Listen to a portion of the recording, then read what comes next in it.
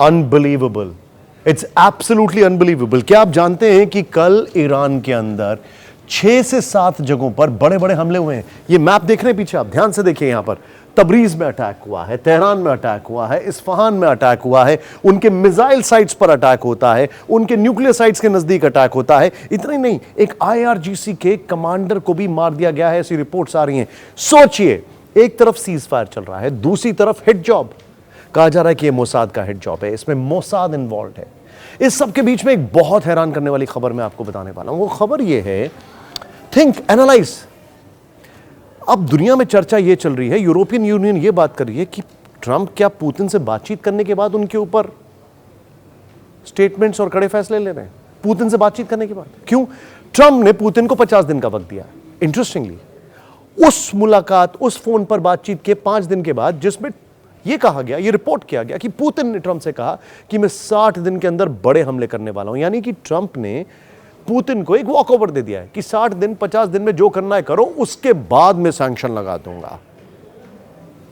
सोचिए, लेकिन पुतिन के ऊपर जो सैंक्शंस लगाने की बात हो रही है, उस सब में एक इंटरेस्टिंग बात यह है, एक जियोस की रिपोर्ट कह रही है कि $10 बिलियन के हथियार दिए जाएंगे। $10 बिलियन के हथियार अलग अलग नेटो कंट्रीज के थ्रू। अब हो क्या रहा है? जर्मनी कह रहा है कि वो सोल्जर्स की ज्यादा भर्ती करेगा, ऐसा कहा जा रहा है। इंग्लैंड और जर्मनी, जो कि कहा जा रहा है एक स्वोन एनिमीज होते थे, वो पास आ रहे हैं। फ्रांस अपना डिफेंस बजट बढ़ाने जा रहा है। माहौल बनाया जा रहा है कि रशिया यूरोप पर हमला कर देगा। क्यों? क्योंकि हर कंट्री अपना डिफेंस बजट बढ़ा रही है। हर कंट्री को ट्रंप के कहे अनुसार नेटो के अंदर 50% कॉन्ट्रीब्यूशन, 5%, सॉरी 50 नहीं, 5% कॉन्ट्रीब्यूशन करना पड़ेगा। और इसलिए अपने लोकल ऑडियंस को बताने के लिए कि देखो कितना खतरा है, डिफेंस बजट बढ़ाओ। ये कई एक्सपर्ट्स कह रहे हैं। परसेप्शन क्रिएट किया जा रहा है कि रूस हमला कर देगा यूरोप पर। क्या रूस हमला करेगा? सोचने वाली बात है। और यह क्रिएट किया जा रहा है कि बहुत जल्दी नेटो वर्सेस रशिया हो जाएगा। क्या ऐसा होगा?